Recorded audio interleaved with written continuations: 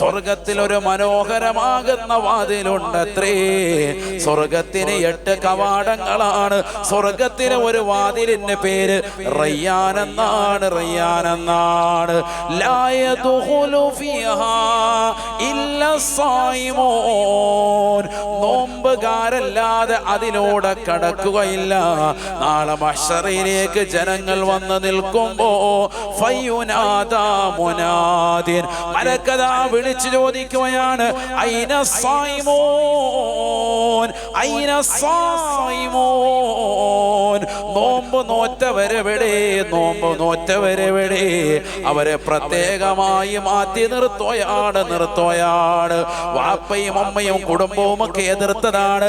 SLC പരീക്ഷയല്ലേ മോനെ, +2 പരീക്ഷയല്ലേ മകളെ, എന്തിനാണ് ഈ ചൂടുള്ള സമയത്ത് 13 മണിക്കൂർ ദൈർഘ്യമുള്ള ഈ നേരം നീ നോമ്പ് നോറ്റുകൊണ്ട് നീ പിടിക്കുന്നത് എന്തിനാണ്?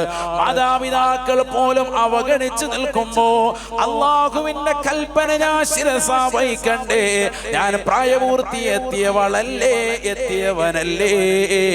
കൂലി പ്രതീക്ഷിച്ചുകൊണ്ട് നോമ്പ് പിടിച്ച പെങ്ങളെ, ചെറുപ്പക്കാരാ, സഹോദരാ, അള്ളാഹു നിനക്ക് നൽകുന്ന കൂലി വലിയതാണ്, വർണ്ണമാണ്. നോമ്പുകാരെ പ്രത്യേകം മാറ്റി നിർത്തുകയാണ്. അവരല്ലാഹുവിന്റെ റസൂല് പറയുകയാണ്, അവർക്ക് പരിശുദ്ധമായ റയ്യാൻ എന്ന കവാടത്തിനോട് മലക്കുകൾ അവരെ സ്വാഗതം ചെയ്ത് പ്രവേശിപ്പിക്കുകയാണ്. ലാ യദ്ഖുലു ഫീഹാ ഇല്ലാ സ്സായിമൂൻ. നോമ്പുകാർക്ക് മാത്രം അല്ലാഹു നൽകുന്ന സ്വർഗീയ കവാടമാണ് റയ്യാൻ എന്ന കവാടമെന്ന് നബിയുനാ റസൂലുള്ളാഹി. അല്ലാഹു നമുക്ക് അതിലൂടെ പ്രവേശനം നൽകി അനുഗ്രഹിക്കട്ടെ.